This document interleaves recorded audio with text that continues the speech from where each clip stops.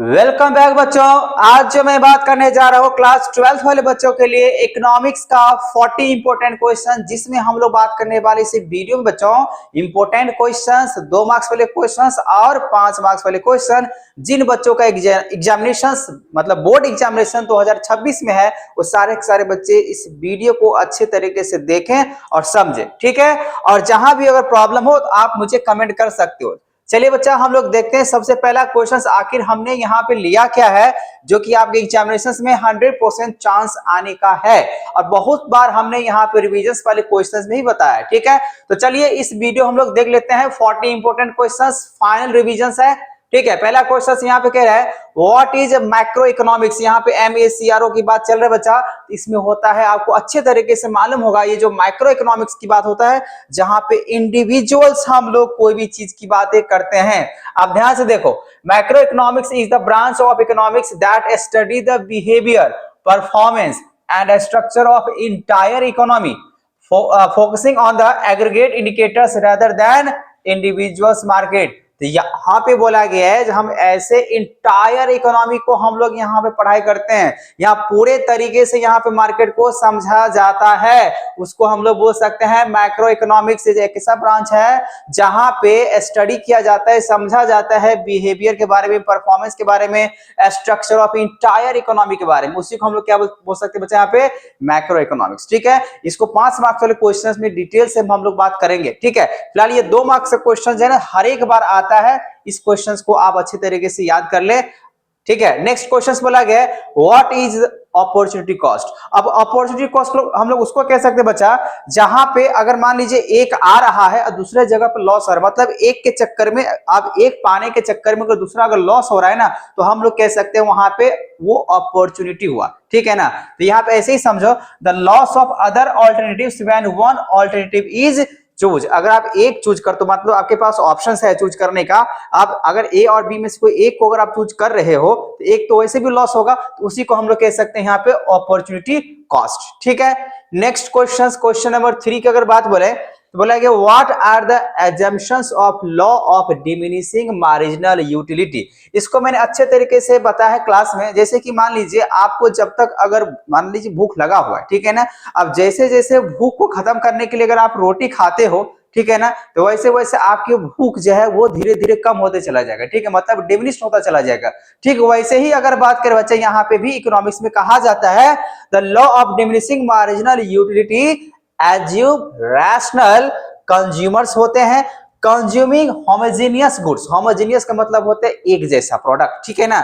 तो homogeneous goods in reasonable standard units with continuous consumptions. आप एक ही टाइप के अगर मान लीजिए होमोजेनियस प्रोडक्ट को, गुड्स को, अगर वो रीजनेबल स्टैंडर्ड यूनिट के साथ अगर कंटिन्यूअस अगर वो कंजम्पशंस कर रहा, उपभोग अगर कर रहा है, एंड अनचेंज टेस्ट या इनकम, चाहे उसका टेस्ट हो या इनकम कुछ भी अगर वैरी कर रहा है, फिर भी वो अगर लगातार यूज कर रहा है, तो देयर बोला where utility is numerically measurable, cardinal मतलब नंबर के हिसाब से काउंट होगा ना।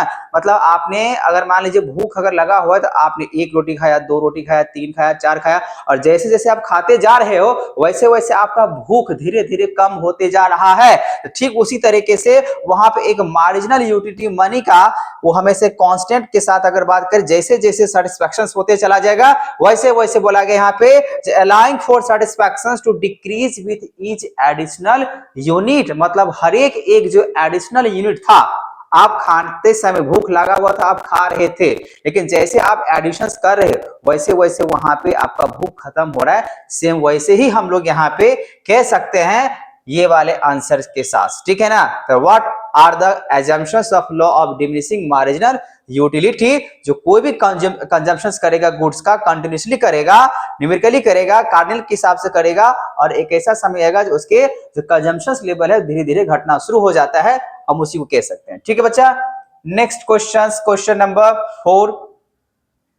4 नंबर क्वेश्चन क्या करें यहाँ पे, what is law of equi marginal utility. ठीक है, बहुत ही अच्छा क्वेश्चन है, ये भी इंपोर्टेंट क्वेश्चन है 100%। यहाँ इस वीडियो में आप जो क्वेश्चन देख रहे हो बच्चा, ये बहुत बार रिपीट किया गया क्वेश्चन है, और मैंने यहाँ पे इसको छांट के जो एग्जामिनेशन में 100% चांस है वो आएगा ही आएगा। अब इस क्वेश्चन को नोट कर लें, याद कर लें।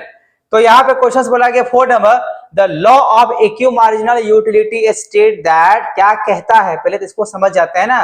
बोला कि ये एक ऐसा लॉ है, इक्यू मतलब इक्वल कह सकते हैं यहाँ पे, equal marginal utility state that consumer maximum total utility from the limited income, income limited है और वहां पे उसको मैक्सिमम अगर सेटिस्फैक्शन मिल रहा है expenditure across goods such that marginal utility per dollar या पर रुपीज कह सकते हो, last unit of money spend on each item is equal, मतलब यही हुआ इनकम उसका वही है, ठीक है ना। जैसे आप इसको ऐसे समझ सकते हो, कोई मॉल में जाके कपड़ा खरीद रहा है, ठीक है ना, कोई ठेला रेडी पे खरीद रहा है, इनकम वही है, तो उसको अगर लग रहा है सेम प्रोडक्ट है, सारे चीज सेम ही है और मुझे सेटिस्फैक्शन चाहे मॉल में प्रोडक्ट लेने से मिलता है या ठेला पे लेने से मिलता है, मेरे को सेटिस्फैक्शन अगर दोनों जगह बराबर ही मिल रहा है तो हम एक तरीके से वहां पे यही कह सकते हैं, यही लोग कहता है इक्यू मार्जिनल यूटिलिटी यही कहता है कि भैया आपका इनकम लिमिटेड है, आपका इनकम मान लीजिए 20,000 रुपया है, आप 20,000 रुपया के हिसाब से अगर बात करो, आप ठेला पे कोई प्रोडक्ट लो, ठीक है, ठेला पर से कोई प्रोडक्ट लो या मॉल से लो, ठीक है ना, लेकिन आपको दोनों तरफ का सेटिस्फैक्शन लगभग में आपको वैसे ही मिल रहा है, एक्सपेंडिचर अक्रॉस खर्चा भी उसी तरीके से कर रहे हो, so that the marginal utility per dollar of last unit of money, last unit of money, ठीक है ना, spent on each item is equal satisfaction, वही बात होने वाला है। या तो आप इसको ऐसे भी समझ सकते हो, जो एक ऑरेंज का जो कीमत है, ठीक है ना, वो 2 एप्पल के अगर बराबर है तो मतलब दोनों में सेम सेटिस्फैक्शन मिल रहा है, तो यहाँ पे भी इक्वल यूटिलिटी ऑफ मार्जिन की बात हम कह सकते हैं, इक्वल या इक्यू मार्जिनल यूटिलिटी बात वही होगा, ठीक है ना। तो यहाँ पे आप इस क्वेश्चंस को अच्छे तरीके से याद कर लें, क्योंकि बहुत ज्यादा बच्चा ये इंपॉर्टेंट क्वेश्चंस है, ऐसे क्वेश्चन जो आप देख रहे हैं ये बहुत ज्यादा ही इंपॉर्टेंट क्वेश्चंस होते हैं।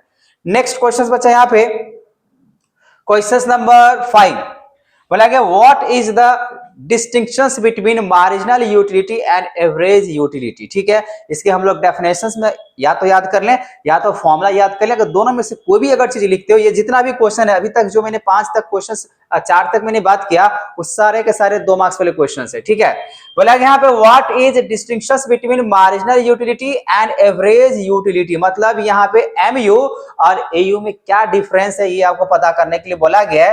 तो मार्जिनल यूटिलिटी बच्चा हम लोग अभी मैंने आपको बताया था, जो भी एक एडिशनल अगर मान लीजिए यूनिट को आप यूज करते हो और जितना ज्यादा आपको सेटिस्फैक्शन मिलता है वही एक तरीके से मार्जिनल यूटिलिटी कहलाएगा।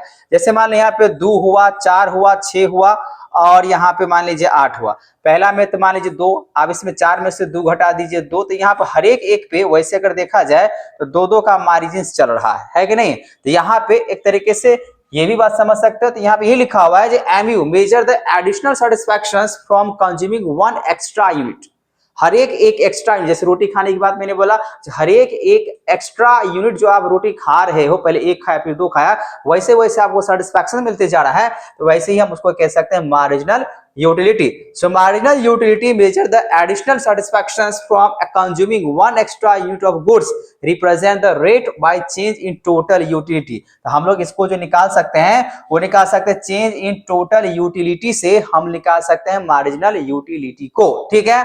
अब एवरेज यूटिलिटी को निकालने के लिए हम लोग क्या कर सकते हैं बच्चा, टोटल यूटिलिटी जितना भी निकल के आएगा, टीयू जितना भी होगा उसको हम लोग डिवाइड कर देंगे total number of units consume के साथ, तो हम लोग का एवरेज यूटिलिटी निकल के आ जाएगा, ठीक है। और इस टाइप पे अगर बात करें क्वेश्चंस बहुत ज्यादा ही आता है, न्यूमेरिकल क्वेश्चंस अगर बात करें इस पे बच्चा आप बना लेना, ये मार्जिनल यूटिलिटी निकालने के लिए और एवरेज यूटिलिटी निकालने के लिए क्वेश्चंस आएगा ही आएगा, ठीक है। फिलहाल मैंने यहाँ पे ये 2 मार्क्स के क्वेश्चन कैटेगरी में है, इसी वजह से बस इतना समझ जाओ, ये जो मार्जिनल यूटिलिटी होता है वो हर एक एडिशनल सेटिस्फैक्शंस को कंज्यूम करने पे जो सेटिस्फैक्शन क्या बोलते हैं एडिशनल यूनिट पे जो कंज्यूम करते हैं उसको हम लोग मार्जिनल यूटिलिटी कहते हैं। और टोटल यूटिलिटी को अगर डिवाइड कर देते हैं क्वांटिटी के साथ, चेंज जितना भी हुआ है, ठीक है ना, डिवाइड कर देते हैं total number of units consume के साथ, तो हम लोग को निकल के आ जाएगा एवरेज यूटिलिटी, ठीक है, ये याद रखना है। Next question number 6, what is demand schedule. Demand schedule हम लोग किसको कह सकते हैं, a demand schedule is a table होता है, लिस्टिंग रहता है उस पे क्वांटिटी का ऑफ गुड्स या सर्विसेज का, ठीक है। क्या बोला यहाँ पे मैंने, डिमांड शेड्यूल, शेड्यूल मतलब होता है ना, जैसे मान लीजिए कोई फ्लाइट है, फ्लाइट, ठीक है, फ्लाइट बोल सकते हैं। हाँ, उसके बाद हम कह सकते हैं बस है या ट्रेन है। तो बोला जाता है वो अपने शेड्यूल टाइम से उड़ान भरेगा या एक जगह से दूसरी जगह जाएगा। तो सारे चीज क्या होता है, पहले से वो लिस्ट किया हुआ रहता है कि नहीं। उसी तरीके से हम लोग यहाँ पे कह सकते हैं ये डिमांड शेड्यूल जो होता है एक टेबल के फॉर्म में लिस्ट किया रहता है क्वांटिटीज के हिसाब से ऑफ गुड्स या सर्विसेज, दोनों हो सकता है। Consumers are willing to buy. जैसे आप होटल में जाते हो, रेस्टोरेंट में जाते हो, तो आपसे पूछा जाएगा आपको क्या चाहिए। आपको पहले ही जैन एक प्रोस्पेक्टस की तरह से ना आपको वाउचर, ठीक है ना, थमा दिया जाता है। आपको उसमें से सारे जो प्रोडक्ट है, जो सर्विसेज है, सब क्या रहता है, लिस्ट किया हुआ रहता है। अब उस लिस्ट में से अगर आपको जो भी चीज बाय करना है वो बाय कर सकते हो डिफरेंट प्राइजेस के साथ। तो उसी को एक तरीके से कह सकते हो डिमांड शेड्यूल, क्योंकि वहां पे आप क्या कर रहे हो, डिमांड कर रहे हो, ठीक है ना। So services consumers are willing to buy at various prices, illustrating the inverse relationship between the price and quantity। अगर आप ज्यादा क्वांटिटी लोगे तो प्राइस ज्यादा ही देना पड़ेगा, प्राइस अगर कम है तो आप क्वांटिटी ज्यादा भी खरीद सकते हो, क्योंकि यहाँ पे इनवर्स की बातें चल रहा है। इनवर्स का मतलब क्या होता है, अगर मान लीजिए प्राइस अगर कम है तो वहां पे आप क्वांटिटी क्या करोगे, ज्यादा खरीदोगे। डिमांड तो वही ना हम लोग पढ़ रहे हैं, जो डिमांड, जो लॉ ऑफ डिमांड पढ़े हैं उसमें क्या सीखे हो, अगर भैया प्राइस अगर कम हुआ तो हम डिमांड ज्यादा करेंगे, और वही अगर प्राइस अगर ज्यादा है तो डिमांड कम करेंगे। सेम वही इनवर्स रिलेशंस होता है विलिंग टू बाय में। विलिंग टू बाय का मतलब हम वही चीज को, प्रोडक्ट को खरीदना चाह रहे हैं, ठीक है ना।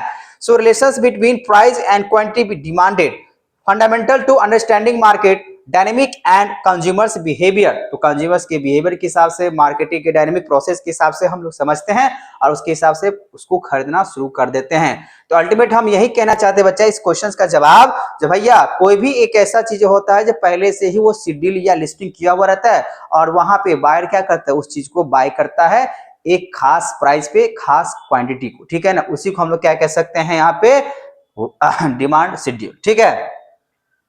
Next question number 7 number question क्या कह रहे हैं यहाँ पे, why demand curve slope downward to right. अब यहाँ पे जो डिमांड कर्व होता है ना वो डाउनवर्ड हो जाता है, वो राइट से लेफ्ट हो जाता है। अब वो राइट से जब लेफ्ट हो जाता है, ऐसा क्यों होता है, क्योंकि वो लॉ ऑफ डिमांड के हिसाब से कहा जाता है the demand curve slope downward ही होता है टू द राइट, बिकॉज ये वाले ध्यान यहाँ पर रखना है, because of inverse relations between price and quantity. Law of demand के हिसाब से अगर हम लोग बातें करें तो मैंने अभी भी बोला है क्वेश्चन से पहले वाले में, भैया जैसे अगर प्राइस अगर बढ़ता है तो डिमांड घटना शुरू हो जाता है। तो यहाँ पे जो रिलेशंस है जिसके वजह इनवर्स रिलेशन है, इनवर्स उल्टा, ठीक है ना, एक बढ़ रहा है दूसरा घट रहा है कि नहीं, इसको बोल सकते हैं यहाँ पे इनवर्स रिलेशंस होता है किसके बीच में, प्राइस और क्वांटिटी के बीच में, जिसके वजह से हमेशा ध्यान रखना जो डिमांड जो कर्व होगा वो हमेशा स्लोप डाउनवर्ड में ही रहता है, वो भी टू द राइट साइड में रहता है, ठीक है ना। क्या वजह है, तो वजह है यहाँ पे इनवर्स रिलेशंस होना प्राइस और क्वांटिटी का, ठीक है। इसी वजह से हमेशा ध्यान रखना है डिमांड कर्व जो है ना वो स्लोप रहता है डाउनवर्ड टू द राइट, ठीक है बच्चा। नेक्स्ट क्वेश्चन नंबर 8 बोला यहाँ पे, what do you mean bye short run production function. देखिए शॉर्ट रन का मतलब यही होता है जहां पे हम छोटे छोटे चीज को जो है ना चेंज कर सकते हैं। शॉर्ट रन मतलब एक साल के अंदर में जो भी चीजें होगा उसको हम लोग चेंज कर सकते हैं, वैसे मटेरियल होना चाहिए। तो short run production of functions describe how form produce output.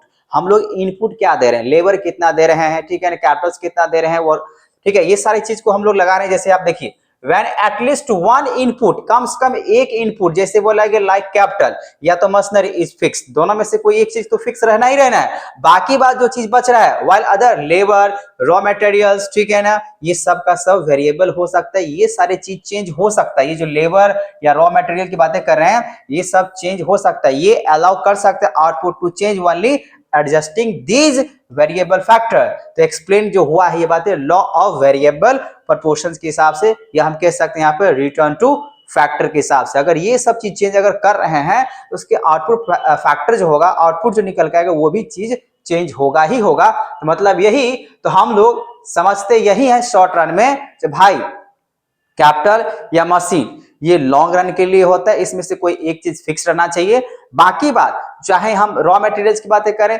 Labour की बातें करें, ये सब शॉर्ट रन में क्या होता है, चेंज होता है, ठीक है ना। ये आप जवाब यही लिख सकते हो। Next question number 9, what is employment multiplier. Simple सी भाषा में अगर कहें तो एम्प्लॉयमेंट मल्टीप्लायर हम लोग कहते हैं रोजगार को, ठीक है ना, कितना इन्वेस्टमेंट आएगा उसके एवरेज में अगर कहा जाए तो कितना लोगों को नौकरी मिलेगा, ठीक है ना, उसको पता करने के लिए हम लोग एम्प्लॉयमेंट मल्टीप्लायर का यूज करते हैं। ठीक है, जैसे देखो यहां पे क्या बोला गया, an employment multiplier is an economic matrix, मतलब मेजर की तरह बोल सकते हैं, जो हम लोग मापदंड हिंदी में कहते हैं यहाँ पे, metric that measure to the total number of jobs, कितना जॉब्स क्रिएट होगा, कितने लोगों को जॉब मिलेगा और कितने लोगों का जॉब जाएगा, या फिर या तो लॉस्ट होगा या तो मिलेगा, जॉब क्रिएटेड होगा या तो जॉब लॉस्ट होगा इन an economy for every single direct job created या लॉस्ट इन स्पेसिफिक इंडस्ट्री। तो कौन से इंडस्ट्री में कितना जॉब मिलने वाला है या कितना जॉब जाने वाला है, इस चीज को पता करने के लिए हम लोग यूज करते हैं सिंपल सी भाषा में एम्प्लॉयमेंट मल्टीप्लायर, ठीक है ना। और इसको हम लोग अलग अलग तरीके से काउंट करते हैं न्यूमेरिकली, ठीक है ना। फिलहाल ये 2 मार्क्स वाले क्वेश्चंस हैं, तो आपको बस इतना ही समझना है, ये एम्प्लॉयमेंट जो मल्टीप्लायर होता है वो इकोनॉमिक मैट्रिक को, ग्रोथ को चेक करने के लिए, मेजर्स करने के लिए, कितना नंबर ऑफ जॉब्स क्रिएट हुआ या लॉस हुआ, उसी को चेक करने के लिए एम्प्लॉयमेंट मल्टीप्लायर यूज किया जाता है। ठीक है बच्चा, ये क्वेश्चन नंबर कौन सा 9, ठीक है। अभी सारे क्वेश्चंस को आप स्क्रीनशॉट ले लो, ठीक है ना, स्क्रीनशॉट लेके इसको याद कर लो, 100% क्वेश्चंस आएगा ही आएगा, ठीक है। चलो नेक्स्ट क्वेश्चंस की बात करते हैं, लास्ट मोमेंट पे यहाँ पे मैं आपको रिवाइज करवा रहा हूं, प्लीज इसको अच्छे तरीके से याद करके ही जाएं, ठीक है ना, आपका एग्जामिनेशन अच्छे तरीके से जाएगा। Next question, question number 10, what are the determinants of supply. अब सप्लाई को हम लोग कैसे निर्धारित करेंगे, सप्लाई को कैसे डिटरमिनेंट्स करेंगे, बहुत ही सिंपल क्वेश्चन है। बोला कि यहाँ पे the main determinants of supply are production cost, कैसे, तो सबसे पहली बात प्रोडक्शन कॉस्ट से करेंगे, टेक्नोलॉजी से करेंगे, नंबर ऑफ सेलर्स कितना मार्केट में, गवर्नमेंट का पॉलिसी क्या है, टैक्सेस सब्सिडीज ये सब है या नहीं है, फ्यूचर प्राइस क्या हो सकता है, and the price of related goods क्या हो सकते हैं, allow which influence producers willingness and ability.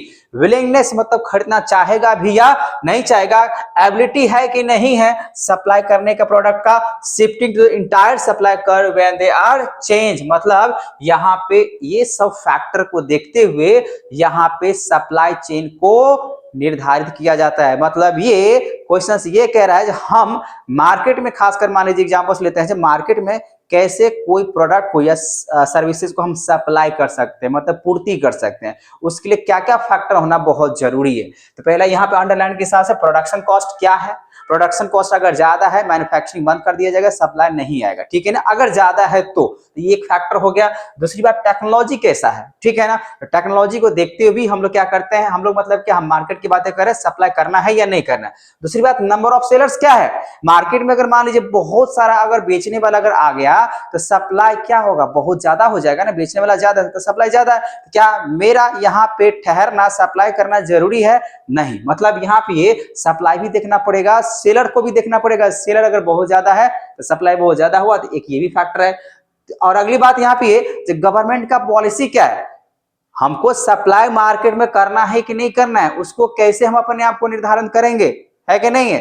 मतलब ये हुआ अगर मैंने कोई प्रोडक्ट बनाया जो कि होमोजेनियस प्रोडक्ट है, ठीक है ना, अब हम मार्केट में भेजना चाहते हैं तो मार्केट में पहले से बहुत सारा सेलर है, ठीक है ना, अब उसके साथ साथ अगर प्रोडक्शन कॉस्ट ज्यादा लग रहा है, गवर्नमेंट का पॉलिसी आ गया है, क्या उस केस में मैं मार्केट में सप्लाई करूंगा या नहीं करूंगा। तो ये सब अगर आप अच्छे तरीके से जो पॉइंट आपको अंडरलाइन किया हुआ है ये सब अगर देख लेते हैं तभी हम मार्केट में सप्लाई कर सकते हैं, अदरवाइज ये सब फैक्टर अगर सही नहीं है तो हम सप्लाई नहीं कर सकते हैं। बात समझ में आ गया। नेक्स्ट क्वेश्चन, क्वेश्चन नंबर 11 बोला गया यहाँ पे what is elastic of supply. Elastic की बातें चल रहा है बच्चे यहाँ पे, तो इसको पीसी के हिसाब चल सकते, PS price elasticity of supply क्या होता है, major how responsive quantity supply, कितने हम जो है ना सप्लाई किए हैं क्वांटिटी के हिसाब से ऑफ ए गुड या सर्विसेज, गुड्स हो या सर्विसेज हो, is to the change in price. So it is calculated as the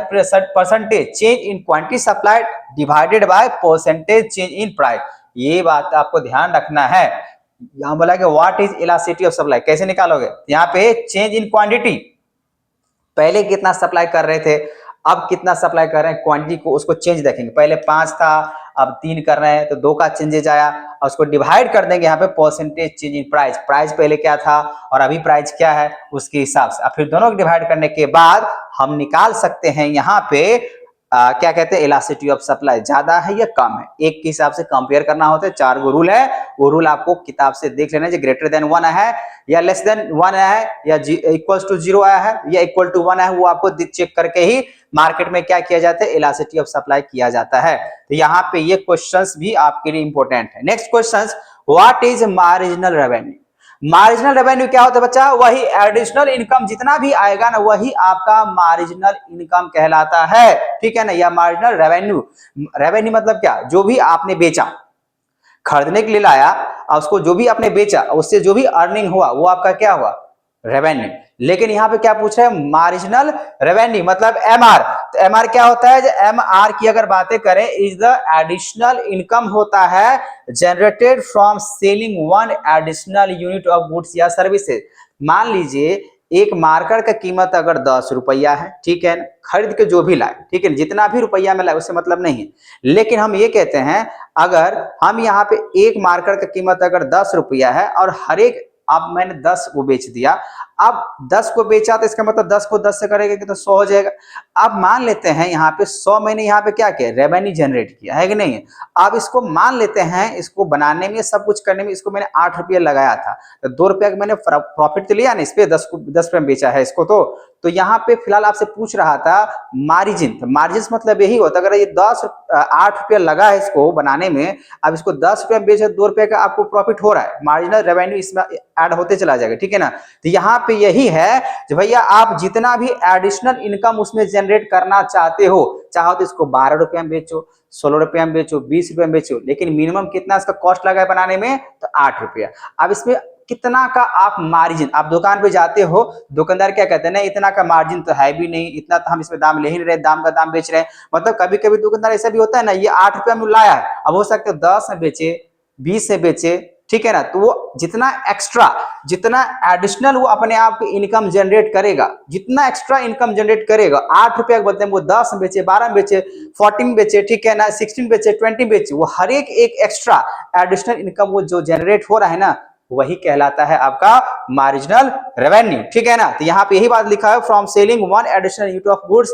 या services it measures the change in the total revenue divided by the change in the number of unit sold. इससे हम लोग आराम से MR निकाल सकते हैं। क्या बोला गया, टोटल रेवेन्यू जितना भी है उसको डिवाइड कर देना है change in number of unit sold, जितना भी आपने बेचा है।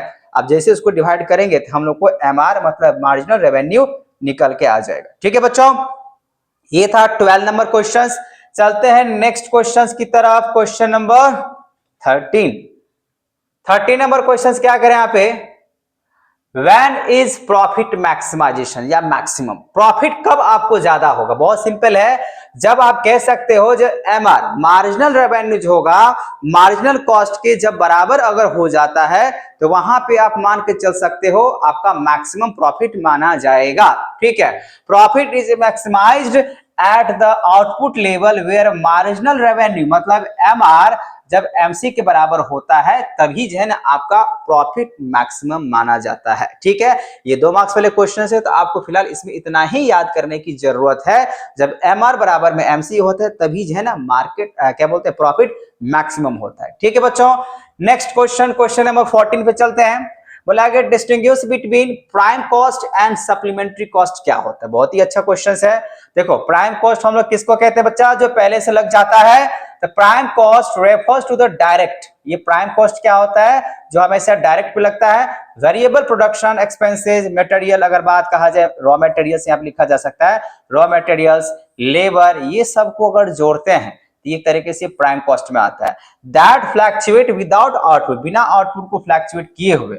वही अगर बात करें, देखो पहली बात समझ में आया, प्राइम कॉस्ट किसको कह सकते हैं? प्राइम कॉस्ट एक ऐसा कॉस्ट होता है जो कि डायरेक्ट होता है, वेरिएबल प्रोडक्शन में शामिल होता है, जो चेंज हो सकता है। अगर इसको आप चेंज करते हो, लेबर को या रॉ मटेरियल को चेंज करोगे तो वेरिएबल में आएगा ना, शॉर्ट रन में आ जाएगा। तो यहाँ पे मटेरियल अगर मान लीजिए शॉर्ट रन में अगर आ रहा है, ठीक है ना, लेबर शॉर्ट रन में आ रहा है, ये या तो हम इसको कहते हैं ये प्राइम कॉस्ट हो। इसमें जो भी खर्चा लगने वाला है प्रोडक्शन करने में, ठीक है ना, जो भी प्रोडक्शन करने में खर्चा लगने वाला है, चाहे लेबर का या रॉ मटेरियल का, वही कहलाएगा प्राइम कॉस्ट। ठीक है, अब यहाँ पे सप्लीमेंट्री पे आता है। तो सप्लीमेंट्री कॉस्ट किसको बोल सकते हैं? जिसको हम ओवरहेड बोलते हैं। ओवरहेड का मतलब क्या? उसके अलावा भी खर्चा लगेगा, ठीक है ना। ओवरहेड एक्सपेंसेस या यहाँ पे बोल सकते हैं इनडायरेक्ट हुआ, फिक्स्ड कॉस्ट जैसे रेंट, डिप्रिसिएशन, सैलरी, ये सब तो चाहिए ना, तो ये सबको बोलते हैं सप्लीमेंट्री है।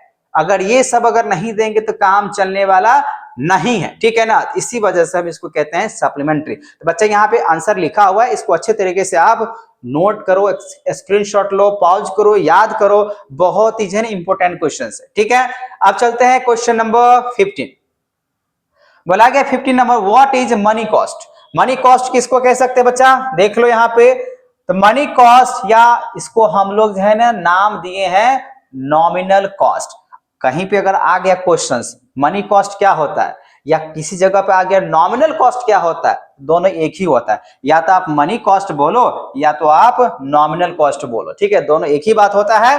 तो कैसे निकालेंगे? सो मनी कॉस्ट या नॉमिनल कॉस्ट बोला गया इज द टोटल मॉनेटरी, जितना भी मॉनेटरी एक्सपेंडिचर्स हुआ है, कैश आउटले हुआ है, कैश गया है, आउटले का मतलब होता है जाना, ठीक है। तो जितना भी आपको मॉनेटरी मतलब मनी के कंसर्न में खर्चा हुआ है, गया है, बिजनेस या खुद का, और उसके बदले में आपने एक्वायर किया गुड्स या सर्विसेज, जैसे यहाँ पे कह सकते हैं फैक्टर ऑफ प्रोडक्शंस के लिए सच एज वेजेस लगाया, रेंट लगाया, मटेरियल लगाया, इसको मनी कॉस्ट कहा जाता है। सिंपल भाषा में हम लोग यहाँ पे यही समझ सकते हैं, भैया हमने जितना भी बिजनेस के लिए या खुद के लिए खर्चा किया है, ठीक है ना, चाहे गुड्स लिया है या सर्विसेज लिया है, ठीक है ना, और या हम कह सकते हैं वो फैक्टर ऑफ प्रोडक्शन के लिए मैंने खर्चा किया है, वो सब चीज एक तरीके से मनी कॉस्ट या नॉमिनल कॉस्ट में ही आते हैं।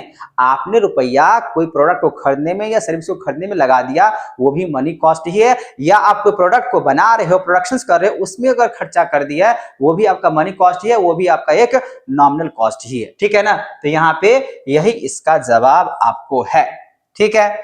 चलते हैं नेक्स्ट क्वेश्चन 16 नंबर। बोला कि what is equilibrium price? Equilibrium जो लिखा है यहाँ पे, इक्विलिब्रियम वैसे बोल सकते हैं, मेरा प्रोनाउंसिएशन इसका ऐसे ही है।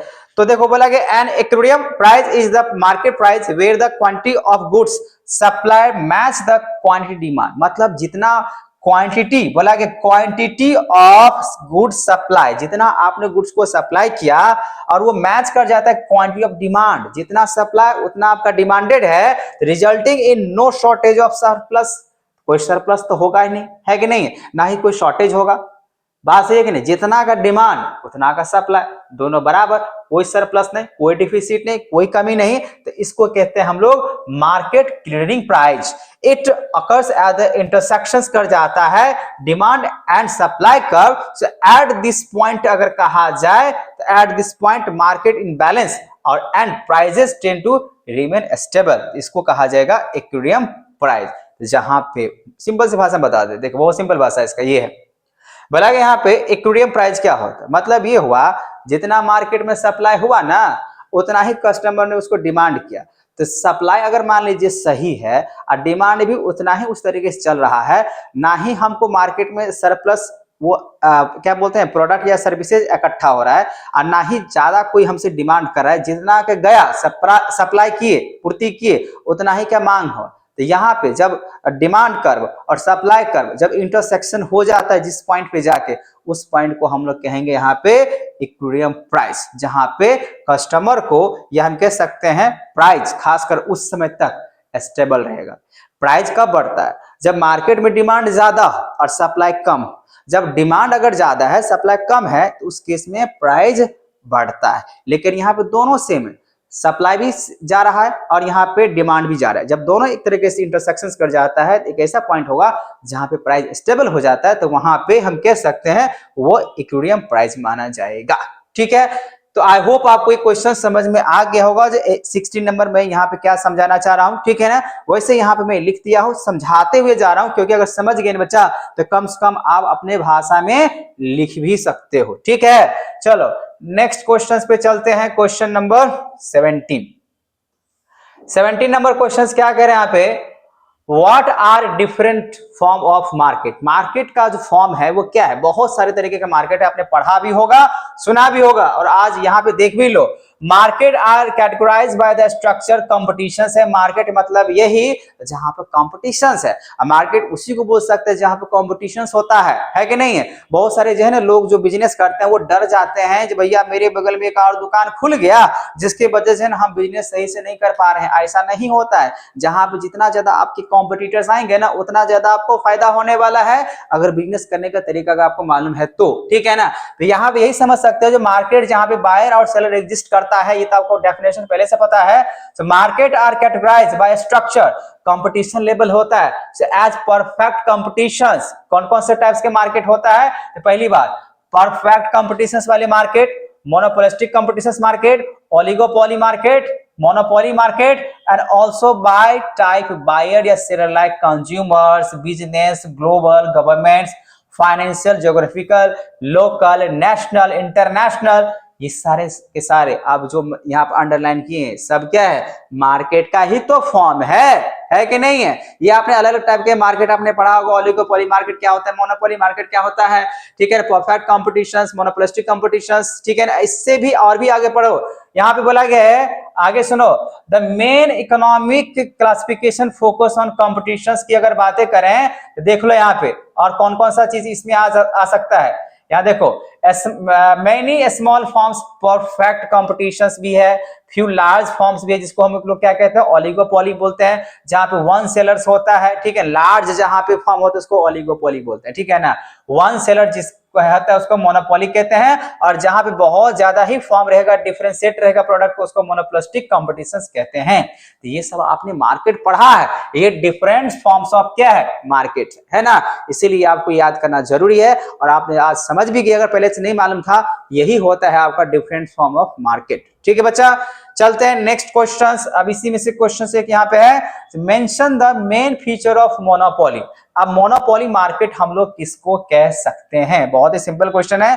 Monopoly is categorised by the single seller, जहां पे एक के वो बेचने वाला होगा, ठीक है ना, जहां पे एक ही को बेचने वाला होगा और यूनिक प्रोडक्ट बेचेगा विथ नो क्लोज सब्स्टिट्यूट, इसके अगल बगल कोई सब्स्टिट्यूट गुड्स नहीं मिलने वाला है। सो हाई वेरियर एंट्री है यहाँ पे, ठीक है ना, हाई वेरियर एंट्री है। And weighing a price maker, ये क्या है, मोनोपोली हमेशा क्या करता है भैया, प्राइस मेकर होता है, वो प्राइस को बनाता है। लेकिन परफेक्ट कंपटीशन से प्राइस मेकर नहीं होता है, परफेक्ट कंपटीशन से कहा जाए तो प्राइस मेकर नहीं होता है। कौन होता है, मोनोपोली। जहां पे एक को दुकानदार होगा, बेचने वाला होगा, उसका मन मर्जिया चलेगा, भैया हम जितना भी प्राइस को निर्धारण कर दें, दे दें, वही प्राइस आपको देना पड़ेगा, क्योंकि उसका क्या चल रहा है, मोनोपोली चल रहा है, ठीक है ना। तो हम कह सकते हैं सिंगल सेलर से unique product with no form significant control over supply, price, potential earning, long term super normal profits by restricting output and setting price above the competitive level। मतलब यहाँ पे साफ है, हाई वेरियर यहाँ पे होता है एंट्री का, प्राइस मेकर होता है, अलाउ करता है सिग्निफिकेंट कंट्रोल, उसके पास पूरे मार्केट सप्लाई पर रहता है, पोटेंशियल अर्निंग उसके ज्यादा रहते हैं, लॉन्ग टर्म रहते हैं, ठीक है ना, और बहुत ज्यादा सुपर नॉर्मल प्रॉफिट करता है, रिस्ट्रिक्टिंग करता है आउटपुट सेटिंग्स का, प्राइस हमेशा बोला कि कॉम्पिटिटिव लेवल से ऊपर रखता है, ठीक है ना। ये सब होता है मोनोपोली का फीचर, मतलब विशेषता, ठीक है बच्चा, समझ में आ रहा होगा। नेक्स्ट क्वेश्चन यहां बोला गया है, right 3 characteristic of mixed economy. तो हम लोग की जैसे कि जानते हैं इंडिया में कौन से इकोनॉमिक चलते हैं बच्चा, तो मिक्स्ड इकोनॉमी, ठीक है ना। 3 प्रकार के यहाँ पे इकोनॉमिक्स की बातें हम लोग करते हैं, इकोनॉमी का, इकोनॉमिक्स नहीं, economy.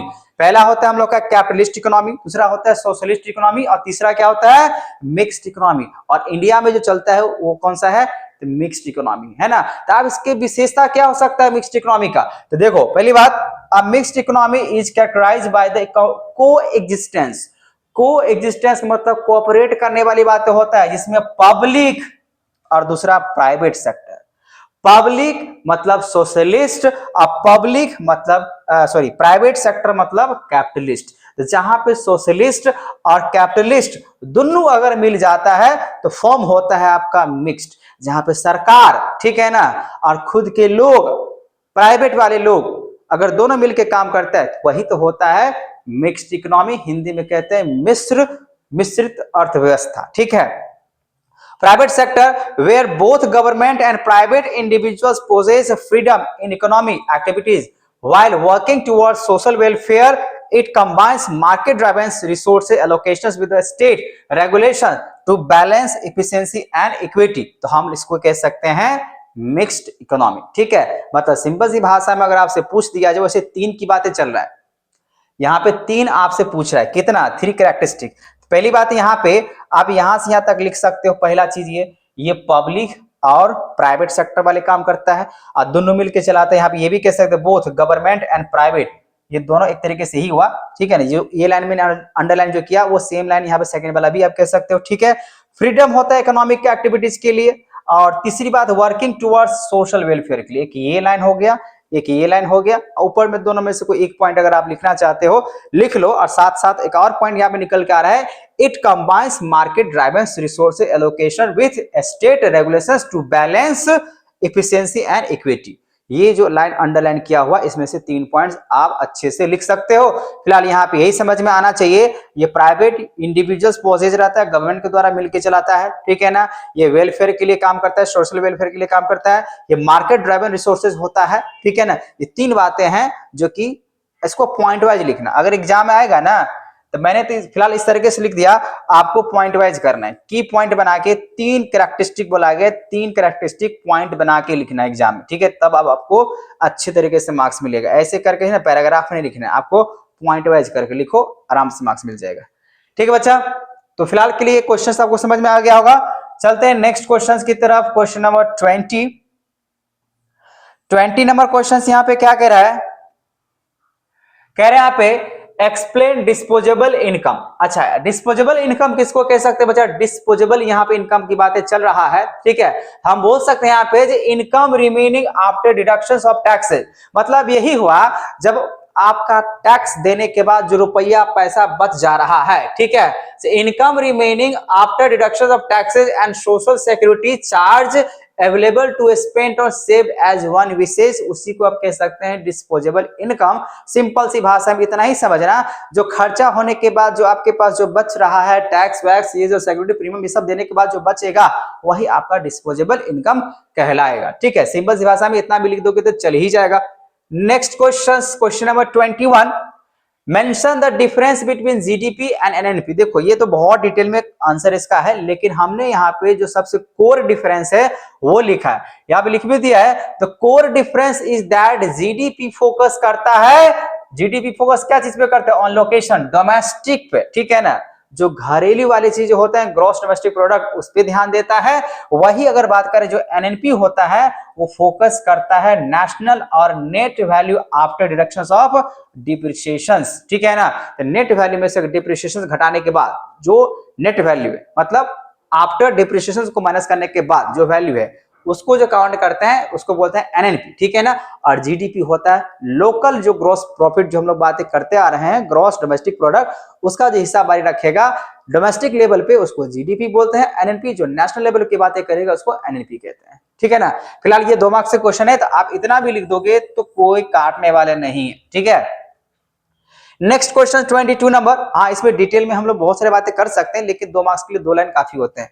Next question 22 number, what is expenditure method of measurable of national income. देख सकते बच्चा, ये एक्सपेंडिचर मेथड से मैंने यहाँ पे लिखा है, क्या क्या आ सकता है यहाँ पे, प्राइवेट फाइनल कंजम्पशन एक्सपेंडिचर आता है, गवर्नमेंट का फाइनल कंजम्पशन है, ग्रॉस डोमेस्टिक कैपिटल फॉर्मेशन है, नेट एक्सपोर्ट्स, ये सब चीज को शामिल करके फिर हम लोग उसको जीडीपी एट मार्केट प्राइस पे बनाते हैं, है ना, gross domestic product at market price से बन जाता है। उसके बाद हम लोग इसमें से माइनस कर लेते हैं डिप्रिसिएशंस को, और फिर इसमें प्लस कर देते हैं जो भी इनडायरेक्ट टैक्सेस, उसको जोड़ देते हैं, और जोड़ने के बाद वो बन जाता है डोमेस्टिक इनकम। और डोमेस्टिक इनकम मतलब नेट, यहाँ पे जो फॉरेन भी लिख सकते हैं यहाँ पे, और जब ये हो जाता है तो जो बाकी बात जो बचता है वही आपका एनएनपी कहलाता है। यहाँ पे net national product factor cost पे हम लोग शामिल कर लेते हैं, ठीक है ना। तो इस तरीके से मेजर किया जाता है। ये जो फ्लो चार्ट आपको दिख रहा है, ये फ्लो चार्ट अगर अच्छे तरीके से आप लिख देते हो तो ये 5 मार्क्स के कैटेगरी में भी आता है क्वेश्चंस। ये जो क्वेश्चन देख रहे बच्चा, ये 5 मार्क्स के कैटेगरी में आता है, या 2 मार्क्स में तो इतना काफी है, ठीक है। लिखने के लिए आप 2 मार्क्स में भी इसको लिख सकते हो, लेकिन सबसे ज्यादा सफिशिएंट रहता है इतना अगर लिख रहे हो ये क्वेश्चंस आपका 5 मार्क्स के लिए, ठीक है ना। तो इस क्वेश्चंस को आप अच्छे तरीके से देख सकते हो, ठीक है ना। याद कर लेना क्या क्या शामिल करना पड़ता है एक्सपेंडिचर मेथड से जब हम बनाते हैं। जब हम लोग निकालते हैं नेशनल इनकम तो ऐसे निकालेंगे, ठीक है ना। Next question, question number 23 number question क्या करें यहाँ पे, बोला कि what is independent variable. Independent variable किसको कहते हैं? तो इंडिपेंडेंट वेरिएबल की अगर बातें करें जहां पर हम कोई साइंटिफिक तरीके से रिसर्च कर रहे हैं, ठीक है ना, खोजबीन कर रहे हैं, तो जहां पर रिसर्च या खोजबीन के लिए जो बातें किया जाता है, ठीक है ना, उसी को हम लोग कहते हैं यहाँ पे वेरिएबल, इंडिपेंडेंट वेरिएबल। देखो यहाँ पे साफ साफ लिखा हुआ है, an independent variable is the variable that is changed. यहाँ पे क्या बात चल रहा है, ये एक ऐसा वेरिएबल होता है जो चेंज्ड, मैनिपुलेटेड, या बोल सकते हैं सिलेक्टेड बाय रिसर्चर। देखते हैं यहाँ पे क्या लिखा हुआ है, रिसर्चर इन एन एक्सपेरिमेंट, कोई एक्सपेरिमेंट करने के लिए जब उस पे खर्चा किया जाता है, ठीक है ना, एक तरीके से समझ सकते हो, in an experiment to measure its impact on dependent variable. इसको ध्यान समझना है, यहां बोला गया, पूछ रहा है आपसे क्या, इंडिपेंडेंट, तो हम कह सकते हैं जो एक ऐसा वेरिएबल दैट चेंज, जो कि चेंज हो सकता है, ठीक है ना, और वो मैनिपुलेट करना पड़ता है, सिलेक्टेड करना पड़ता है रिसर्चर के द्वारा, क्या मेरे लिए सही है। अब मान लीजिए कोई रिसर्चर है, कोई ऐसा चीज सर्विसेज का या गुड्स बनाया है, ठीक है ना, तो जो कि बार बार वो रिसर्च करने के दौरान उसका खर्चा होते चला गया, खर्चा होते चला गया, कभी कम कभी ज्यादा, ठीक है, कोई फिक्स नहीं है, इसी वजह से यहाँ पे लिखा हुआ वेरिएबल, ठीक है ना। एक्सपेरिमेंट करते समय उसका चार्जेस अलग अलग होते चला गया, experiment to measure its impact on dependent variables, ठीक है, इसको बोलते हैं डिपेंडेंट। यहां से यहां तक ध्यान रखना है, selected by researcher in experiment to the measure its impact on dependent variable. वही अगर देखा जाए, it acts as the cause in causes and effect relationship, standing alone as input या driver, जैसे dosage of drugs, and is not influenced by other variable in the study।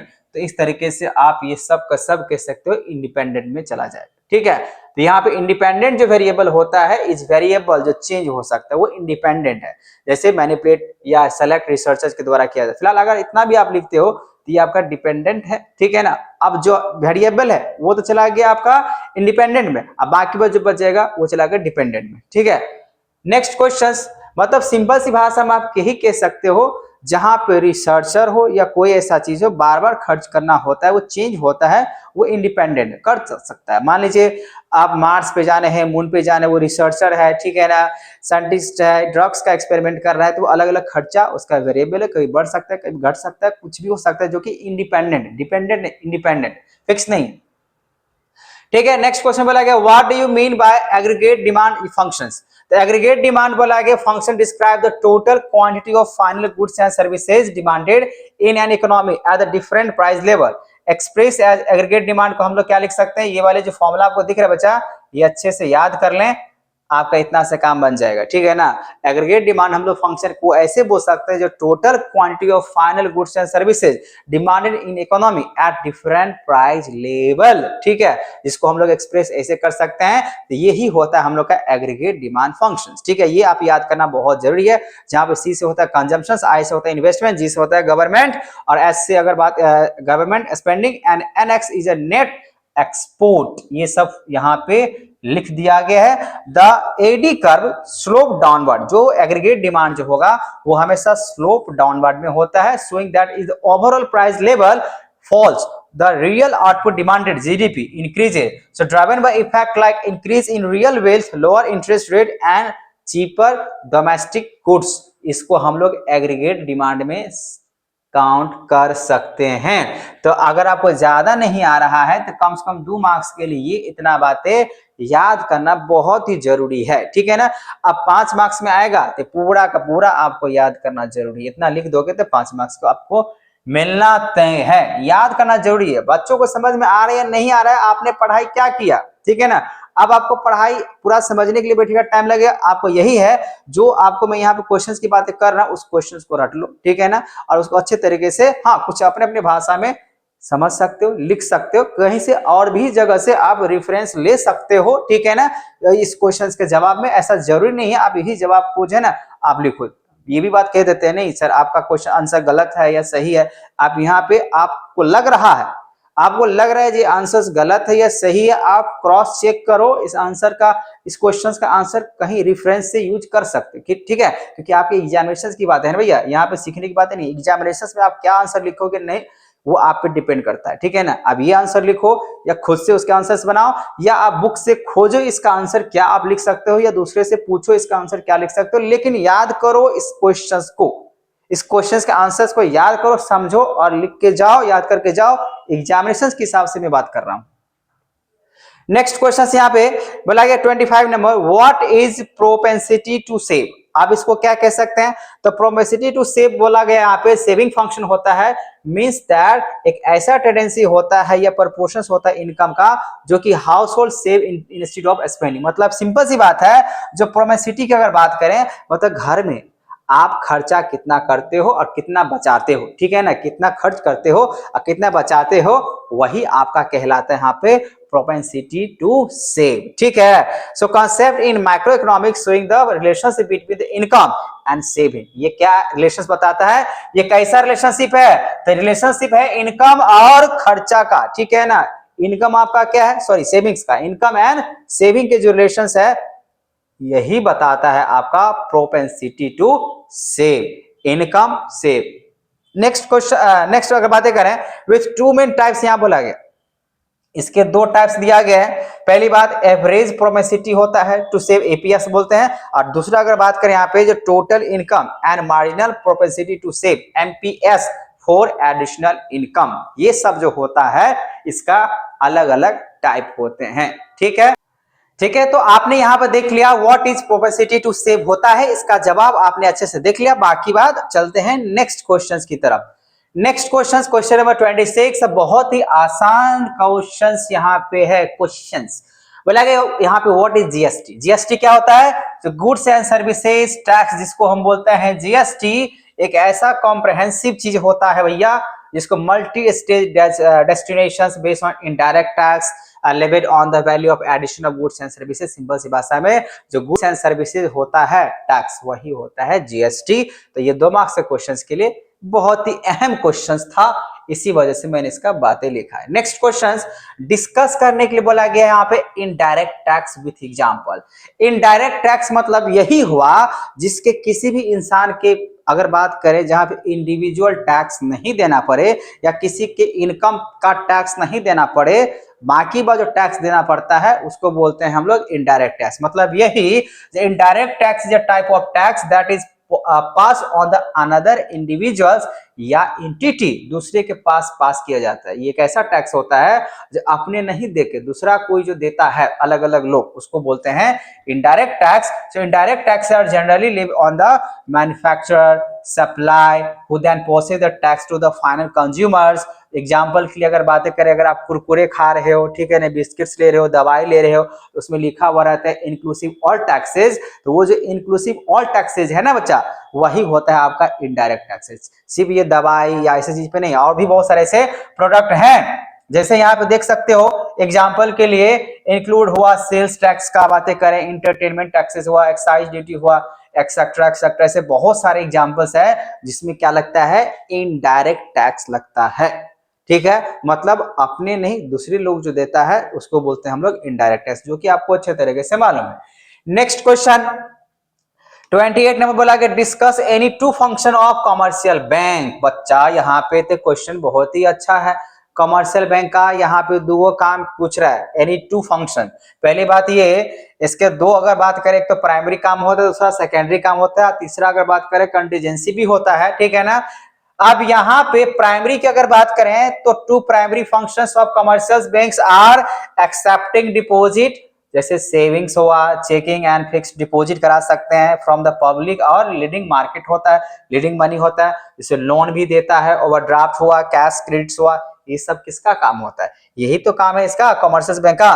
To individuals and business earning profit from the interest rate difference between the borrowing and lending, मतलब पैसा देना, पैसा लेना, एक तरीके से अगर कहे तो लोन का देना, कैश को डिपॉजिट करवाना, ठीक है ना, ओवरड्राफ्ट की फैसिलिटी कराना, ऐसे बहुत सारे फंक्शंस की अगर बात करें होता है। लेकिन आपसे दो ये को पूछ रहा है तो आप यहाँ पे कम से कम ये तो लिख भी सकते हैं ना भैया, ये जो है ना डिपॉजिट को जो है ना एक्सेप्ट करता है, फिक्स डिपॉजिट कराता है ना, ओवरड्राफ्ट की बात करें लोन के फैसिलिटी देता है, ये सब किसका है? तो कमर्शियल बैंक, जैसे एग्जांपल के लिए एसबीआई की बातें करें, पंजाब नेशनल बैंक की बातें करें, बैंक ऑफ बड़ौदा की बातें करें, ये सब कौन सा बैंक में आता है? कमर्शियल बैंक में आते हैं। ठीक बच्चा, चलते हैं नेक्स्ट क्वेश्चन।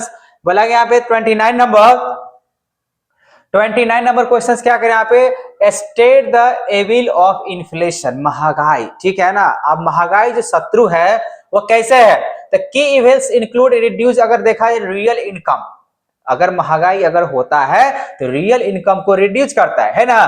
तो यहाँ पे की इविल्स इंक्लूड्स बोला गया reduce real income and savings, increase cost living, मतलब सेविंग तो घटाएगा क्योंकि कॉस्ट बढ़ गया है, महंगाई बढ़ गया है, ठीक है ना। So widening income inequalities, higher interest rate हो जाता है, इकोनॉमिक अनसर्टेनिटी हो जाता है, एंड डिस्टॉर्टेड इन्वेस्टमेंट हो जाता है, डिसीजन लेना बहुत ज्यादा वहां पे फेवर ऑफ अनप्रोडक्टिविटी हो जाता है, एसेट का ओवर ग्रोथ, मतलब यहाँ पे यही है, ये स्टेट दिया गया एविल ऑफ इन्फ्लेशन। अगर क्या बोलते हैं, महंगाई अगर बढ़ गया तो ये सब पे फर्क पड़ना शुरू हो जाता है, ये सब जो है ना बहुत ज्यादा ऊपर नीचे हो जाता है, ठीक है ना। तो ये वाले पॉइंट को अच्छे तरीके से याद कर लेना, ठीक है। Next question, what is balance of payment, मतलब बीओपी क्या होता है? जहां पे एक्सपोर्ट और इंपोर्ट की बातें करते हैं, जब दो कंट्री के बीच में होता है वहां पे बीओपी की बातें होता है। बोला the balance of payment is systematic records of all economic transactions between country या resident and the rest of the world over a specific period of time, usually quarter या year। इसमें इस तरीके से जो बैलेंस हिस्साबारी किया जाता है, मतलब अपना रेसिडेंट में या दूसरे कंट्री के बीच में जो भी एक्सपोर्ट इंपोर्ट के दौरान जो बैलेंस का हिसाब बारी का एक ट्रांजैक्शन होता है, उस ट्रांजैक्शन का जो भी हिसाब होगा, बैलेंसिंग बचेगा, चाहे वो क्वार्टरली करे, हाफ ईयरली करे या ईयरली करे, तो वैसे वाले हिसाब बारी को हम लोग कह सकते हैं यहाँ पे बैलेंस ऑफ पेमेंट के कैटेगरी में रख सकते हैं। लास्ट वाले चैप्टर से आपने पढ़ा होगा। अगला क्वेश्चन बोला गया 31 number, explain law of demand. Law of demand क्या होता है? इसको तो हम लोग बहुत बार सुन चुके हैं। Law of demand state that assuming all the factor, assume कर लो जो सारे फैक्टर यहां बोला गया रिमेन कांस्टेंट, बोला यहाँ पे सेट्रास पेरिपस, इसको आप ये वर्ड समझ सकते हो, रिमेन सारे यहाँ पे क्या रहेगा? कांस्टेंट रहेगा। There is an inverse relationship between goods and price, ये क्या होता है? इनवर्स रिलेशन होता है। जैसे कि अभी मैंने बहुत सारे क्वेश्चन की बातें बोला, भैया प्राइस अगर बढ़ेगा तो डिमांड क्या होगा? घटेगा, यही तो होता है लॉ ऑफ डिमांड। ये इनवर्स रिलेशन होता है आपका भैया प्राइस और क्वांटिटी के बीच में, ठीक है। तो जहां पे अगर इनवर्स रिलेशन अगर आया प्राइस या क्वांटिटी के बीच में, वही होता है लॉ ऑफ डिमांड। अगर एक चीज बढ़ रहा हो तो दूसरा चीज घट रहा, तो प्राइस बढ़ा, क्वांटिटी घटा, ठीक है ना। तो हम डिमांड घटा तो हम उसको क्या कह सकते हैं यहाँ पे? प्राइस एंड क्वांटिटी, ये दोनों के बीच में एक इनवर्स रिलेशन होता है, तो हम इसको कह सकते हैं यहाँ पे लॉ ऑफ डिमांड, ठीक है। ये भी 2 मार्क्स की कैटेगरी में है और आप लोगों को यही तो याद हुआ होगा कम से कम, ठीक है ना। नेक्स्ट क्वेश्चन नंबर यहाँ पे ये 5 मार्क्स से क्वेश्चन है, बहुत बार ये क्वेश्चन आया हुआ है। बोला कि यहाँ पे डिस्टिंग्विश बिटवीन द मैक्रो और माइक्रो, ठीक है, बहुत ही अच्छा क्वेश्चन है। मैंने बोला भी था इसको डिटेल में पढ़ने वाले हम लोग। माइक्रो MICRO की बातें कर रहे हैं, तो बोला कि micro economic is the part of economic theory which study the behaviour of individual, जहां पे एक अकेला के बारे में जब पढ़ा जाता है, हर एक अकेला के बारे में पढ़ा जाता है, उसको बोलते हैं माइक्रो। और मैक्रो का मतलब होता है पूरे इंटायर लेवल पे, नेशन पे बात किया जाता है, उसको बोलते हैं माइक्रो इकोनॉमिक्स, ठीक है। इसका टूल्स क्या है? तो डिमांड एंड सप्लाई होता है। इसके टूल्स क्या होते हैं? तो aggregate demand and aggregate supply की बातें होता है। यहाँ पे डिमांड एंड सप्लाई की बातें होगा और वहां पे एग्रीगेट डिमांड एंड सप्लाई की बातें होगा, ठीक है।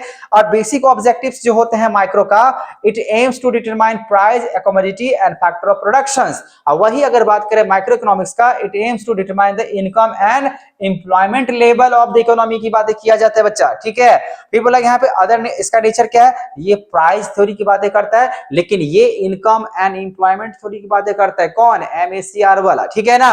और एग्जांपल्स के लिए हम लोग बोल सकते हैं जिसका भी इंडिविजुअल इनकम है, इंडिविजुअल आउटपुट है, ये आ जाता है माइक्रो में। और जो कि MACR की बात करते हैं माइक्रो का, तो बोलेगा नेशनल इनकम या नेशनल जो आउटपुट होगा, ये हम लोग कह सकते हैं, ठीक है। तो यानी 2 पॉइंट्स अगर डिफरेंस अगर लिख देते हैं यहाँ पे तो कुछ भी चल सकता है। फिलहाल ये 5 मार्क्स की क्वेश्चन है, तो आपको कम से कम इतना पॉइंट्स तो लिखना बनता है भैया। 5 पॉइंट्स लिखोगे तभी तो 5 मार्क्स मिलेगा, है ना। तो ये पॉइंट्स आप याद कर लें, आपको मार्क्स मिलवे करेगा। Next question number 33। ये क्वेश्चंस आप अच्छे तरीके से देख लें, याद कर लें, क्योंकि बहुत ही लंबा क्वेश्चंस की जवाब यहाँ पे, और ये 5 मार्क्स के कैटेगरी में आते हैं। ये 5 मार्क्स वाले क्वेश्चन है बच्चा, ठीक है ना। ये जो क्वेश्चन आप देख रहे हो ये 5 मार्क्स के कैटेगरी में आते हैं। जो प्रोडक्शन फंक्शंस क्या होता है, इसके कैरेक्टरिस्टिक जो है ना आपको बताने हैं, ठीक है। तो यहाँ पे बहुत सारे जो है ना कैरेक्टरिस्टिक होते हैं। तो फिलहाल यहाँ पे in economic technical law relating inputs या output has been name of production functions की होने चाहिए। यहाँ पे कुछ बात बताना चाहेंगे प्रोडक्शन फंक्शंस के लिए क्या क्या जरूरी है। जैसे कि आप देख सकते हो प्रोडक्शन फंक्शंस के लिए हमको लैंड, लेबर, कैपिटल्स, एंटरप्रेन्योरशिप, ये इनपुट, अगर ये सारे चीज अगर देते हैं, इसके आउटपुट जो है चाहे कार, हाउसेज, फूड्स या कोई भी चीज अगर बनता है, तो ये सब चीज जब इनपुट डाला जाएगा तभी यहाँ पे आउटपुट निकल गया। ये तरीके से होता है प्रोडक्शन फंक्शन। लेकिन आपसे पूछ रहा था यहाँ पे डिस्कस करना है main characteristic of production function. इसका जवाब आप लोग अपने रेफरेंस के हिसाब से, अपने हिसाब से आप लिखो, ठीक है, क्योंकि ये 5 मार्क्स का जवाब है क्वेश्चन से, ठीक है ना। तो बच्चा ये आप पे ऊपर डिपेंड करता है, आप इसको कैसे कैरेक्टरिस्टिक यहाँ पे लिखना चाहते हो, ठीक है। Next question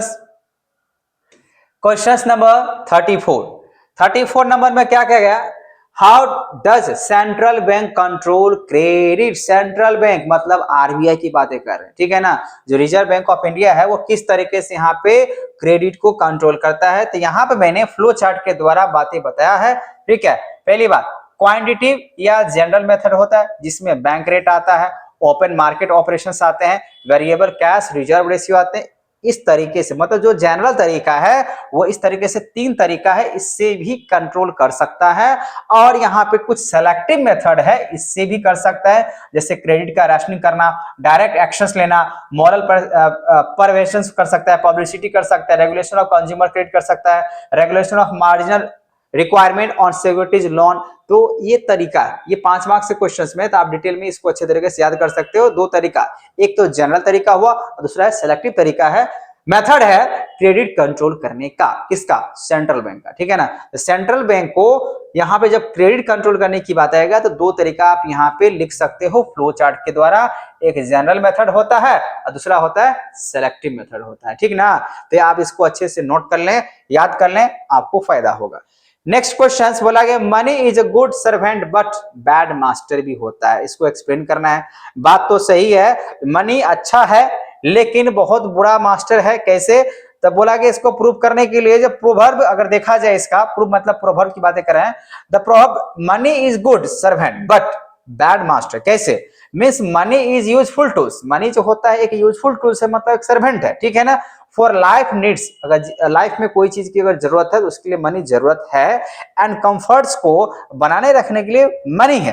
when control by you, जब कंट्रोल अगर हम लोग इसको करना चाहते हैं तो बट इट बिकम्स डिस्ट्रक्टिव भी है। मनी अगर कहा जाए तो जितना कंफर्ट जोन में रखने की व्यवस्था किया गया है एक सर्वेंट की तरह, तो ये उतना ही खतरनाक भी है, डिस्ट्रक्टिव भी है, फोर्सेज भी है, मास्टर भी है। जब परसुएट कंट्रोल यू, पैसा आजकल लोगों को कंट्रोल करना शुरू कर दिया। हम लोग पैसा को कंट्रोल नहीं कर रहे हैं, पैसा हम लोगों को कंट्रोल कर रहा है ना। क्योंकि हम लोग अगर कहा जाए तो मनी के पीछे भाग रहे हैं, मतलब ये हुआ मनी हम लोग को कंट्रोल कर रहा है। भैया तुम आ जाओ, क्योंकि हम कंट्रोल कर रहे हैं ना, तो पैसा के पीछे आना है। मतलब यही हुआ, जब पैसा हम लोग को कंट्रोल कर रहा है मतलब एक तरीके से वो बैड मास्टर है ना। तो हम यहाँ पे कह सकते हैं जो कंट्रोल कर सकते हैं हम लोग को, यू लिखा हुआ controls you, so leading to the absence loss of value and neglecting the important things like health, relationship and peace of mind। बात तो सही है, ये पैसा पूरे तरीके से स्वास्थ्य को, हेल्थ को, रिलेशनशिप को, ठीक है, दिमाग के शांति को, दहेज है ना, पूरा करके रख देता है। कौन? पैसा। पैसा अच्छा भी है और बुरा भी है। चलाने के लिए ठीक है, लेकिन अगर ज्यादा है तो बहुत ही खराब है, ठीक है ना। फिलहाल इसका क्वेश्चंस का जवाब जो है ना आपको यहाँ पे मैंने दे दिया है, और आप इसको खुद से भी लिख सकते हो। तो भैया मनी जो है एक गुड सर्वेंट है, क्योंकि आपको सर्वाइव करने के लिए दिया जाता है, चलाने के लिए दिया जाता है, लाइफ में जो भी आवश्यकता है उसको पूरा करने के लिए दिया जाता है, लेकिन वही आपको आजकल कंट्रोल भी कर रहा है। जब ये आपको कंट्रोल अगर करता है तो आप उसको कह सकते हैं यहाँ पे मनी जो होता है एक बैड मास्टर भी होता है, ठीक है। नेक्स्ट क्वेश्चन की अगर बात करें, क्वेश्चन नंबर 36 नंबर क्वेश्चन क्या कह रहे हैं यहाँ पे, distinguish between direct and indirect tax. ये भी बहुत ही ज्यादा इंपॉर्टेंट क्वेश्चन है। डायरेक्ट और इनडायरेक्ट टैक्स की बातें करें तो डायरेक्ट टैक्स क्या होता है, पेड डायरेक्ट बाय इंडिविजुअल्स और बिजनेस टू द गवर्नमेंट, जैसे इनकम टैक्स, ठीक है ना। तो यहाँ पे अगर हम इंडिविजुअल्स, कोई भी अगर इंडिविजुअल्स पर्संस होते हैं जो चाहे बिजनेस करता हो चाहे नौकरी करता हो, तो उसको जो पैसा देना पड़ता है उसको डायरेक्ट टैक्स बोलते हैं ना, जिसको एग्रेसिव के लिए भी बोला जाता है प्रोग्रेसिव टैक्स। इनडायरेक्ट टैक्स की बात करें, कलेक्टेड बाय सेलर्स या सर्विसेज, तो जो भी अगर सामान बेचता है या सर्विस देता है वैसे वाले टैक्स को हम बोलते हैं इनडायरेक्ट टैक्स।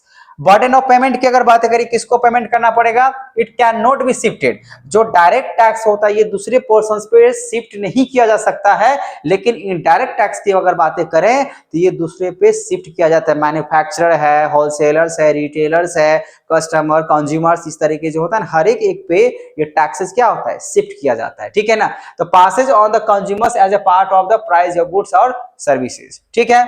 एप्लीकेबिलिटी की अगर बात करें तो बोला कि levied on the income profits और asset applied to goods and services during the transactions, ठीक है। ये तो बात समझ में आ गया, जब किसी का इनकम होगा उस समय यहाँ पे अप्लाई किया जाता है डायरेक्ट टैक्स, और ये अप्लाई किया जाता है जब गुड्स एंड सर्विसेज अगर बेचता है, खरीदता है, ट्रांजैक्शंस होता है गुड्स एंड सर्विसेज का, तब वहां पे अप्लाई होता है इनडायरेक्ट टैक्स का, ठीक है बच्चा।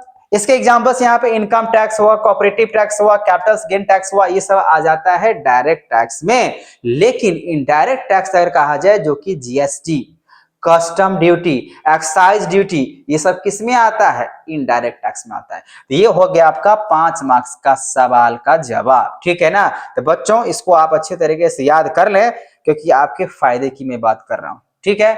नेक्स्ट क्वेश्चन नंबर 37 बोला गया, distinguish between balance of payment और बैलेंस ऑफ ट्रेड। तो यहां पे देख सकते हो, सबसे पहले यहां पे मैंने लिखा बैलेंस ऑफ ट्रेड।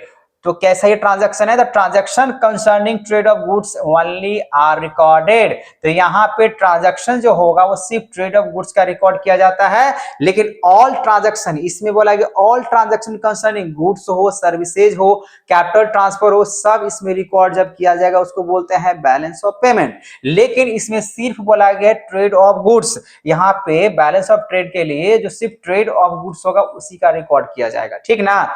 उसके बाद इसका कैपिटल जो ट्रांजैक्शन होगा कैसे होगा, इसमें transaction of capital nature are not include balance of trade में। बैलेंस ऑफ ट्रेड में यहाँ पे कैपिटल नेचर के ट्रांजैक्शंस को इंक्लूड नहीं किया जाता है। वही अगर बैलेंस ऑफ पेमेंट की बात करें तो इसमें किया जाता है। Transactions of capital nature are also recorded in balance of payment के लिए, ठीक है बच्चा। म्यूचुअल रिलेशंस की बात करें तो balance of trade is a part of current account of balance payment के लिए होता है। जो balance of trade is a part of current account, ये कैसा होता है, जो बैलेंस ऑफ ट्रेड होगा करंट अकाउंट का पार्ट होता है, ठीक है ना। लेकिन अगर बीओपी की बात करें, बैलेंस ऑफ पेमेंट की बात करें, is a much larger as it has current account, इससे ज्यादा होता है, और कैपिटल अकाउंट इसके लिए शामिल किया जाता है। इसी वजह से यहाँ पे capital accounts which include BOP 2। Favourable अगर बात करें यहाँ पे बीओटी और बीओपी के लिए, when export of goods are higher than imports of goods, the BOT is considered as favorable होगा, ठीक है ना। वही अगर यहाँ पे अगर हम लोग आते हैं, जब net balance of current account और कैपिटल अकाउंट इज प्लस में होता है तब शामिल किया जाता है BOP is considered as a favourable. तो बच्चों ये यहाँ पे लिखा हुआ है और मैंने यहाँ पे बोल के समझा भी दिया। ये आपके 5 मार्क्स के क्वेश्चंस के कैटेगरी में है, तो प्लीज इसको अच्छे तरीके से याद कर ले, समझ लें, आपके फायदे की बात है, ठीक है। नेक्स्ट क्वेश्चन चलते हैं, क्वेश्चन नंबर 38 के लिए। अब बोला कि यहाँ पे कैपिटल एक्सपेंडिचर और रेवेन्यू एक्सपेंडिचर में क्या डिफरेंसेज है। तो जैसे कि आपको मालूम है, जो कैपिटल एक्सपेंडिचर किसको कहते हैं, जो incurred in the acquiring of improving permanent asset not mean रीसेप, रीसेल के लिए नहीं, ठीक है ना।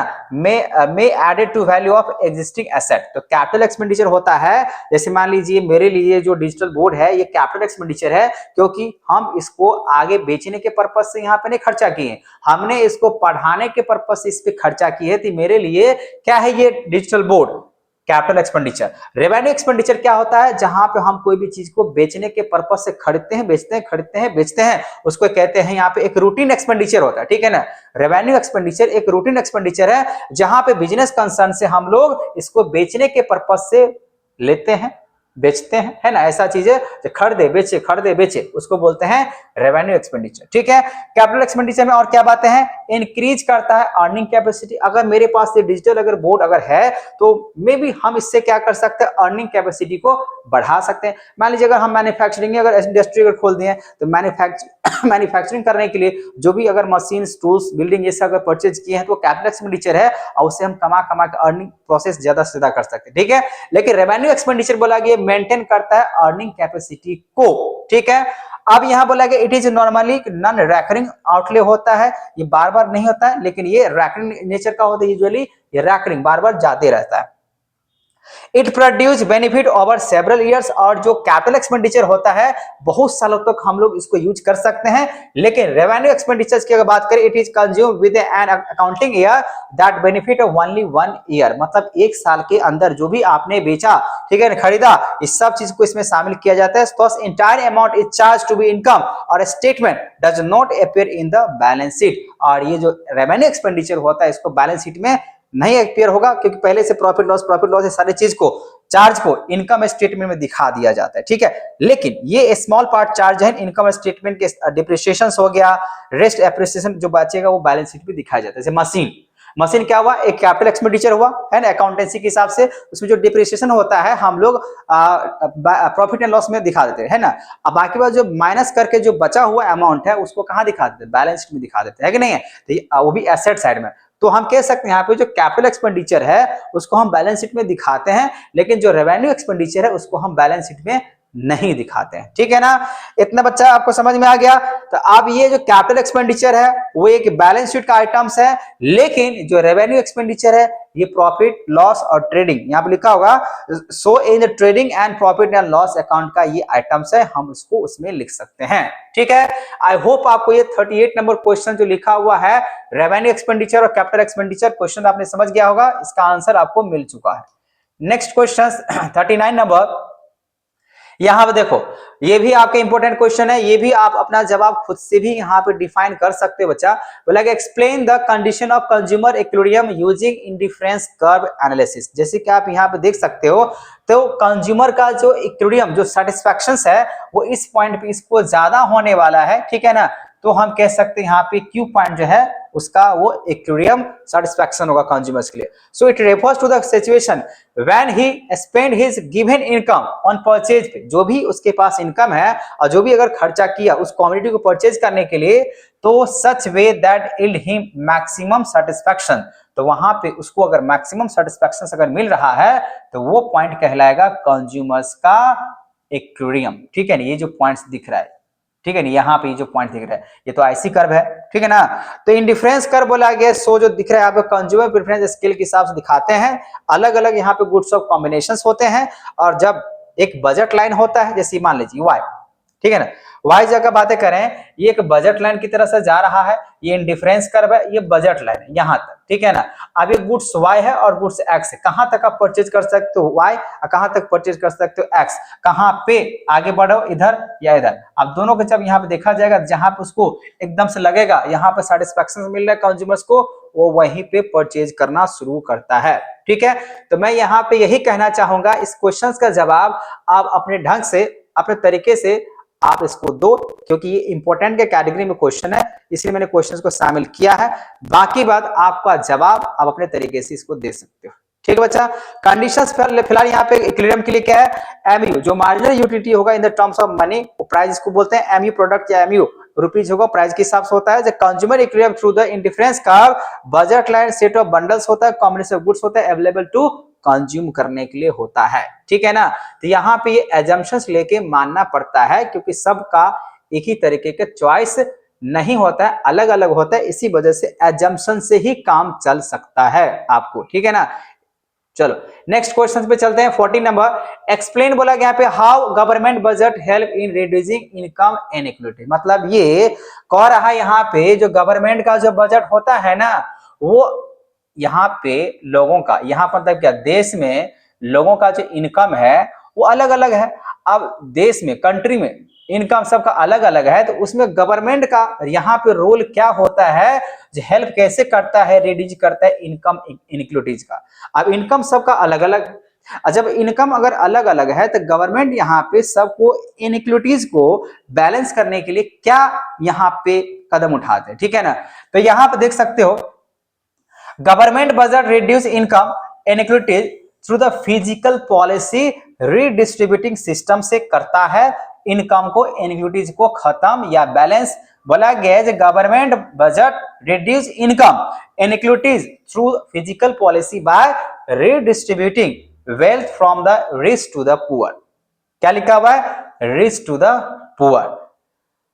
प्राइमरी अगर बात करें, ये पहला तरीका है, पहला तरीका यहाँ पे ये है इनइक्वालिटीज को खत्म करने के लिए using progressive taxation. Progressive taxation मतलब यही हुआ जिसके पास जितना ज्यादा इनकम होगा वो उतना ज्यादा टैक्स भरेगा, तो वैसे टैक्स को क्या बोलते हैं, प्रोग्रेसिव टैक्सेशन बोलते हैं, है ना। तो जो जितना ज्यादा अमीर होगा वो उतना ज्यादा टैक्स भरेगा, है कि नहीं। एक तरीके से एक तरीका ये अपना है भैया, जो इनकम अगर अलग अलग है, अगर जिसका इनकम कम है उसको कम टैक्स देना पड़ेगा, जिसका इनकम ज्यादा है उसको ज्यादा टैक्स देना पड़ेगा। एक तरीका ये है हेल्प करने का। एंड बोला गया टारगेटेड पब्लिक एक्सपेंडिचर, इससे टैक्स लेके, किससे टैक्स लेके, अमीर से टैक्स लेके गरीब के लिए खर्चा करना, इसका प्राइमरी अगर बातें कर सकते हैं गवर्नमेंट का होता है। So by taxing higher earn more and providing subsidy देना। अब जो गरीब लोग होते हैं वो गवर्नमेंट क्या करते हैं, उन लोगों को सब्सिडी देते हैं, कंसेशन देते हैं, वेलफेयर प्रोग्राम के हिसाब से उसको अलग अलग जॉब्स या कह सकते हैं काम जॉब्स एक ही हुआ, ठीक है ना। एंड फ्री सर्विसेज देते हैं लोअर इनकम वाले को। द गवर्नमेंट बोला गया swings to the disposable income, वही डिस्पोजेबल इनकम जो गैपिंग होता है, जो खर्चा करने के बाद जो बचता है उसके हिसाब से डिस्पोजेबल इनकम बढ़ाता है। And raise the standard of living बढ़ाता है to the poor for the poor, ठीक है ना। तो ये जो अंडरलाइन किया हुआ चीजें हैं, तो ये सब चीज से क्या होता है बच्चा, गवर्नमेंट जो है ना एक बजट तरीके से अपने बजट से लोगों के जो अलग अलग इनकम है उस अलग अलग इनकम को देखते हुए यहां पे क्या करता है, इनइक्वालिटीज को खत्म करता है, ठीक है ना। तो बच्चों ये रहा आपका 40 इंपॉर्टेंट क्वेश्चंस। आपको कम से कम क्वेश्चंस को सही तरीके से रीड कर लेने हैं, पढ़ के जाने हैं, क्योंकि ये इंपॉर्टेंट क्वेश्चंस है, ठीक है ना। मिलते हैं नेक्स्ट वीडियो में। अगर आपको वीडियो समझ में आ गया हो, क्लासेस समझ में आ गया हो, तो प्लीज इस वीडियो को लाइक शेयर एंड कमेंट करना ना भूलें, ठीक है ना। Thank you.